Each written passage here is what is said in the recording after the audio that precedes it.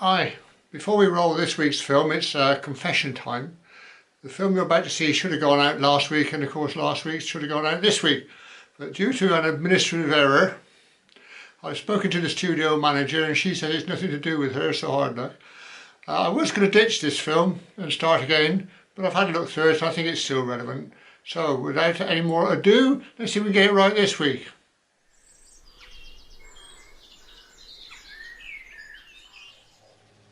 Hi everybody, good to see you. Thanks for joining me again. As you can see, we're in Studio 1. The weather outside isn't too bad, but we're still feeling the effects from Storm Babette going through with the occasional gusts, which will upset my poor little camera. So we're in Studio 1.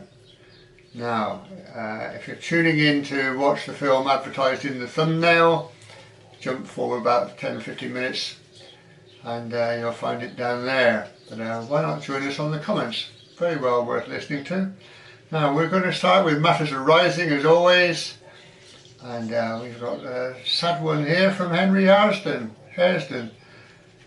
who's commenting on a film I did around Buscott some while ago. He says, "Great to see the river from the bankside rather than from the comfort of my 60-foot narrowboat, now sadly sold." Oh, there's a whole story there, isn't there? Yes, don't know if you want to enlighten us, Henry. Yeah, oh dear. Trev, who's going back and looking at us, I think, some bits and pieces from us. He said, "I thought I would just pick up on a couple of things from the other contributors in matters arising. Firstly, Marilyn questions the size of the tunnel at Usk." Yeah, I mean, I looked at it and thought, well, it's kind of, is it bigger than normal or not? But Marilyn was absolutely right. And Trev goes on to say, "In the piece that I wrote in the comments to that video, I explained that the passing loop, on entering the station from the west, continued into the tunnel, but stopped short of the exit at the eastern portal. So it went back to single track inside the tunnel. A double track going in, single track coming out." It explains why the tunnel entrance looked so big. Marilyn also queried the difference between that tunnel building and the Forest of Dean, wondered if it was the same people. And as Trev points out, the nature of the traffic used on the Forest of Dean railways was vastly different to that on the Usk line.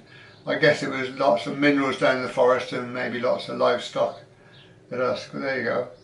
And it goes to talk about tunnel building in general. It says it's a balance between how much of a cutting you're prepared to dig before you decide to tunnel instead. Yeah, there's your choice. Move all that stuff and make a huge cutting, or get your tunnelling machine out. Yeah, thanks for that, Trev. And it says that my second point relates to Michael's post. Yeah, we were finding out a bit about Trev here, our innocent Trev. Just listen. My second point relates to Michael's post. His description of his cross-country runs diverting to Crystal Palace high-level station reminded me of our cross-country runs at school. However, unlike Michael, we diverted off to an old wartime pillbox in the woods to retrieve the cigarettes that we had hidden down our shorts. And we all think Trev's such a nice guy. He's been in mischief and causing mischief since he was at school. Right. Pete Payne, again we're still at Usk. Right, now then, this is going to run and run, I think. Going back to the goods shed, he says, it's fairly typical layout and the big block would have definitely been for a crane. There's a debate, wasn't there, as to whether it was a crane or whether it was a weighing machine. I think we had on the side of a weighing machine in the end, but as Pete says, there were a lot of very heavy things moving around, and normally there would have been a weigh bridge by the yard entrance. Yeah, of course, so that's where you do your weighing, on the weigh bridge. Yeah. Sumac MacArthur, our channel mascot. Hi Sumac, hope you're doing well without James at the moment. And Sumac says, "It's nice to see Mother Nature extending the season and you in summer attire." And I was, wasn't I? Not anymore. All that's missing is a nice hole for a dog to cool off in. I hope you're lucky. The leaves are yet to fall here, which is unusual. She says, "I like to play in the rake piles before they're bagged and generally try to redistribute them as best I can around the garden. James acts annoyed, but I can tell he likes the exercise. Keep scattering those leaves, Sumac. Keep scattering that. Right, Lionel and Mary Travels. Thanks. Lionel wants to thank everybody that was sympathetic to him giving up his driving licence. He said it does make it difficult to get to some places. He said, but there's always something interesting I can get to on a bus or a train. Well done, Lionel. He's not giving in, is he, Lionel? He's going for it. And he says we have a half-hourly service from Andoversford and Salisbury, so visiting Mary in hospital was fairly simple, really. Yeah, I think we get 5 buses a day out here, one of which is very early, one of which is very late, and the other 3 don't marry up with anything. So yeah, a half-hour service would be brilliant. Anyway, Lionel goes on to say, excuse me, nice shots of Raglan Castle.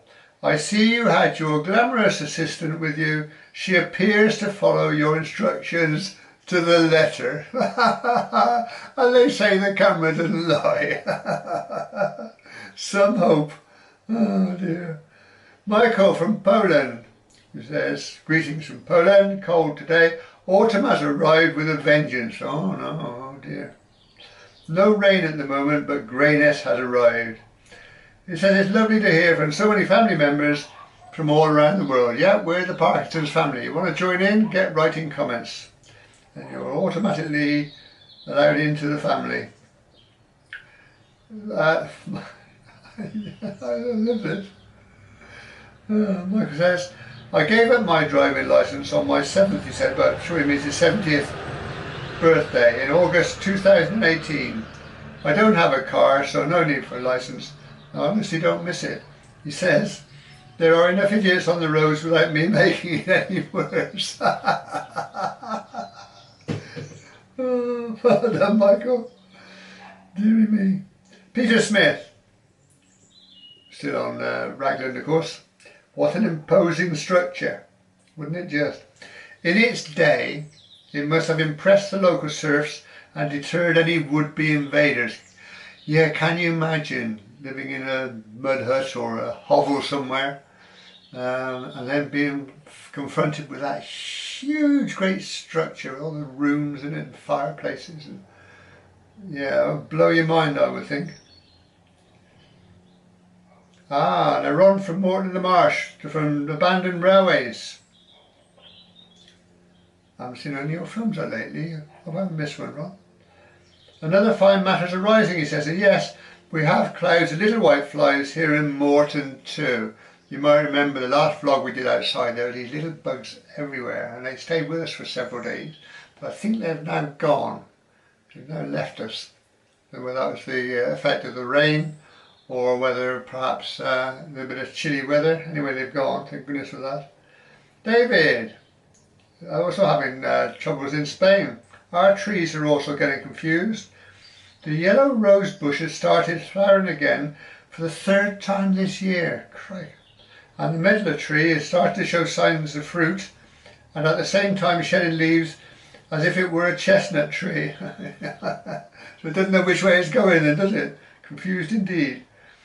Now we bring Trev back in at this part because Trev took a bit of stick last time for flying over the area when we were filming. Maybe Trev should tow a banner behind his plane when he flies overhead during your vlogs. Maybe something like, "It's not me, Ron." Yeah, right. I asked David not to start Trev off. You know what he's like, don't get him started. And Trev responded and said, "See what you did there, David? I'll just remain anonymous and keep wrong guessing." Play nicely, boys. Right. Charles Patterson. It's always enjoyable when your lovely wife can join you on your exploits. Yeah. The castle was indeed grand. I'd love to see a rendering of what it might have looked like when it was whole. And David jumps back in again and says, "Hi Charles. If you have a look at the Wikipedia entry for the castle, there's an artist's impression of what it might have looked like." There you go. Good. Right, the last film that we ran out, which was last week, Stonehouse. Surprised how many memories this stirred up. It's good. Railway Christina says, lovely metalwork which still endures. Yeah, that metalwork footbridge. Yeah, it's brilliant, wasn't it? Still going after all these years. She loves railway bridges and staircases. Yeah, we do on this channel, I have to say. Now, Morris Mannion, fantastic video, the Stroud Water Canal and Ryford area. This is an area I know well from my days as a child growing up around Stonehouse. And then Morris goes on to describe his life there at the time. And, you know, it's a step back in history. Go and read that comment there from Morris. It's brilliant, it really is. Yeah, I enjoyed that. Thanks for that, Morris. I did enjoy that. Trev, afternoon, Ron, and thank you for another excellent video. Once again, you're walking in an area I know well. I don't know that there are many areas that Trev doesn't know well. He says, I walk around the Stroud area quite a bit, and I've also spent some time following what is left of the Midlands Railway branch via Ryford to Nailsworth, and from Dubbridge Junction to Stroud. Yeah. And Trev goes on to say, just to keep me amused, I'll give a bit more detail about it on here, which I hope others will find interesting. And so Trev then does his usual, and produces a whole load of interesting info on what happens around the area, what's going on there. Brilliant. And all railway bias, of course, which is brilliant, Trev. We did enjoy that.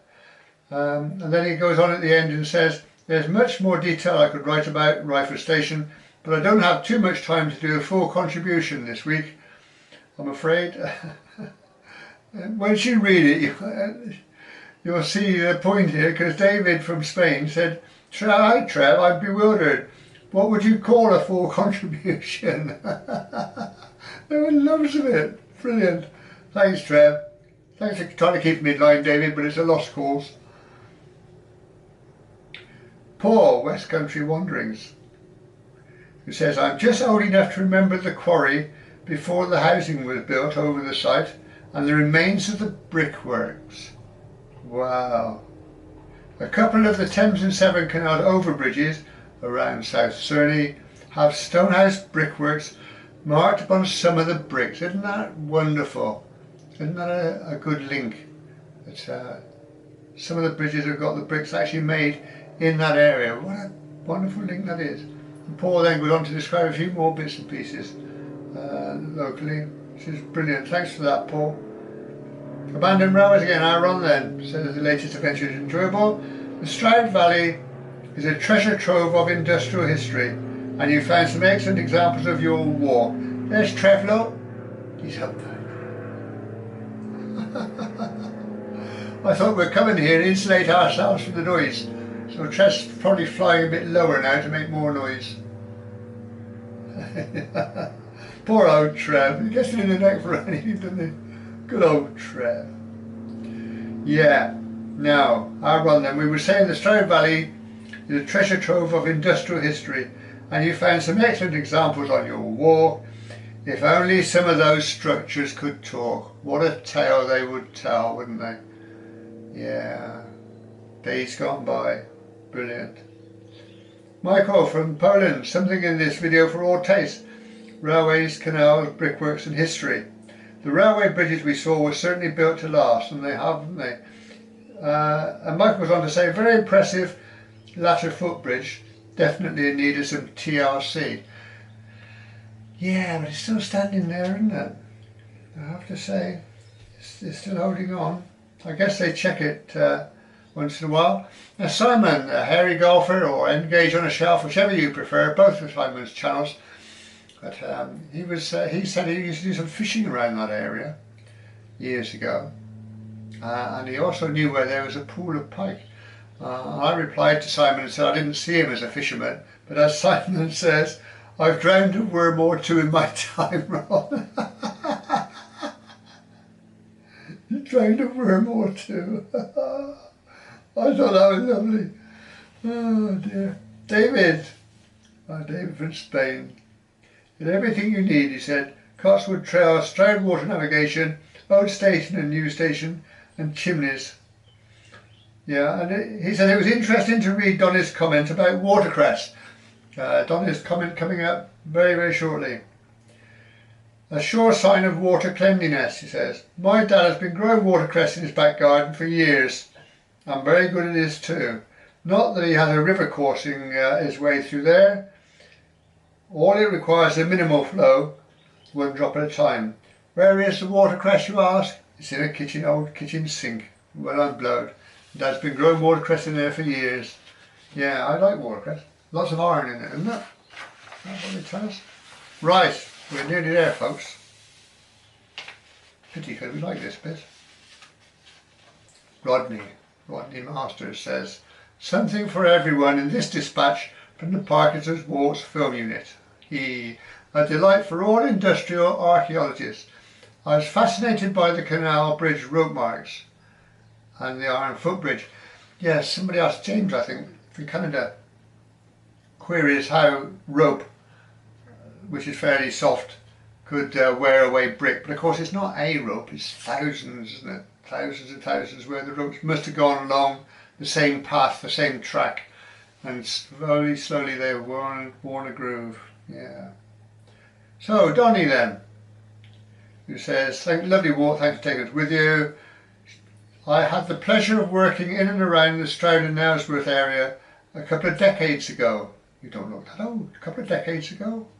And there are beautiful old wood structures in this area to be seen around virtually every corner, from the grand house of the rich to the industrial heritage that nobody gives a second glance to, except people like us who know what we're looking at some of the time.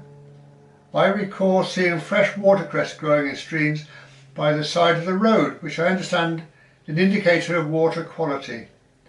So I keep promising to have a day or two cycling the old railway track beds down there, but in the meantime your walks will have to do. My pleasure, Donny, my pleasure. Nice to have you with us. James from Canada, who is taken care of by Sumac, the channel mascot. He says, good evening from Boston, the colonial Boston, not the real one. Ah, right. You would think that in a fight between brick and rope, the brick would win. Yeah, there you are. I knew somebody had said something about it. Yeah, right. James says we have a big race here on Sunday, then back to the dogs Sunday night. I have to find out where I can buy a ball here. Yeah, don't go back without a ball. Yeah, so James is in charge of the rowing team, or helps out with the rowing team, and they're quite a competitive bunch. They move around quite a bit. Right, okay, so that finishes the comment section, and thanks to everybody for commenting. It's brilliant. I look forward to that every week, seeing the comments. Now, if you don't comment yet, get moving. Get on and put something out there. Doesn't matter what it is, we'll be interested. Right, now Film Club coming up in just a few seconds time. They'll film. And next week's Film Club is on a walk around Chedworth. So we're leaving railways just temporarily, or we're going to have a walk in the Cotswolds. And so we're putting up a double header this week. In a few seconds time is Chedworth Roman Villa. So we've got Chedworth Roman Villa this week and a walk around Chedworth next week, all to do with Chedworth. So I'll see you down there at Chedworth in a week's time. Don't be late.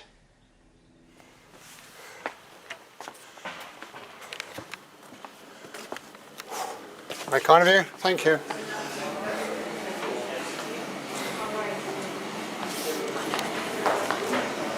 Hello. Thank you. Mr. Trigg. Thank you very much. Just you? Just me, yeah. I've been out walking, I thought I'd got to come and have a look. Hang on, take a map. We don't know what you're looking at. Oh, you're very kind. Let me tell you where to go. Okay. I mean, the whole site's fantastic. Yeah. But if you're stuck for time, Yeah. for goodness sakes, go in here. Okay. That's the long wooden conservation shelter out Yeah. there. Yeah. Fantastic mosaic. It's a work of art. It's super. I came here about 100 years ago. I haven't been since. That's our star building. It's only Okay. 3 years old. It's fantastic. Brilliant. Okay. So if you're a bit pushed, make sure you go in there. You're very kind. Okay. Thank you.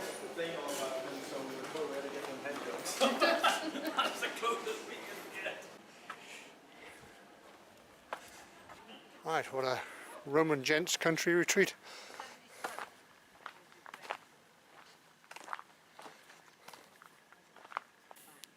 Quite impressive, isn't it? It is. Good Lord. Yes, you just try to imagine. Yeah, Wonder what it was like with trees and things. yeah. Must have been absolutely wonderful. Wonderful, peaceful. Hope they enjoyed it. Some of them would. I don't suppose the slaves did.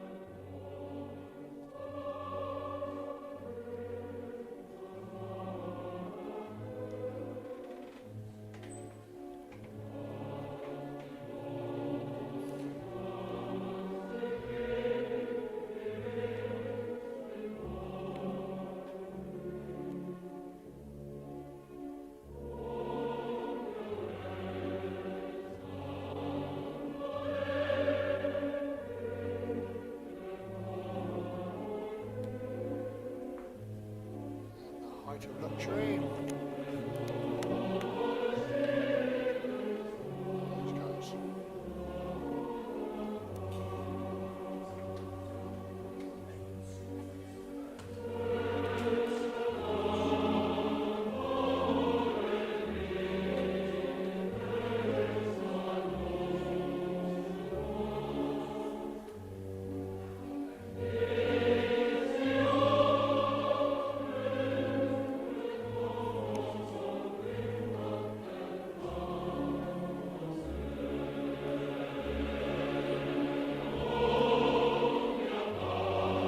Don't think much of their jigsaws.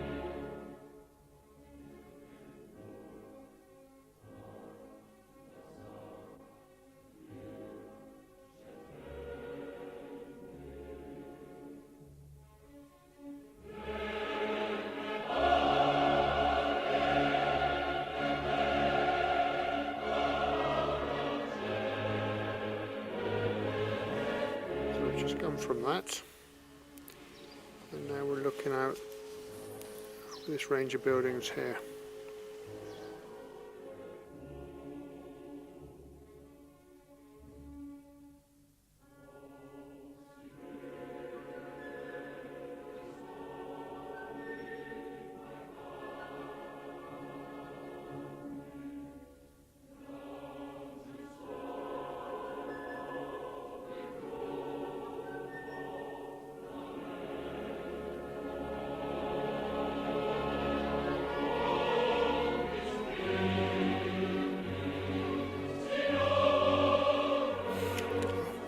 Original walls, folks,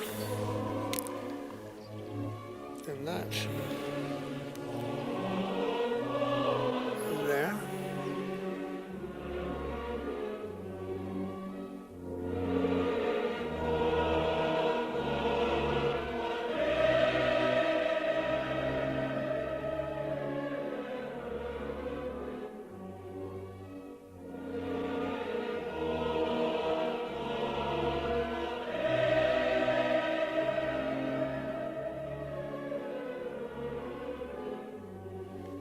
Rather wonderful. You can see the tool marks where they chipped out the gully.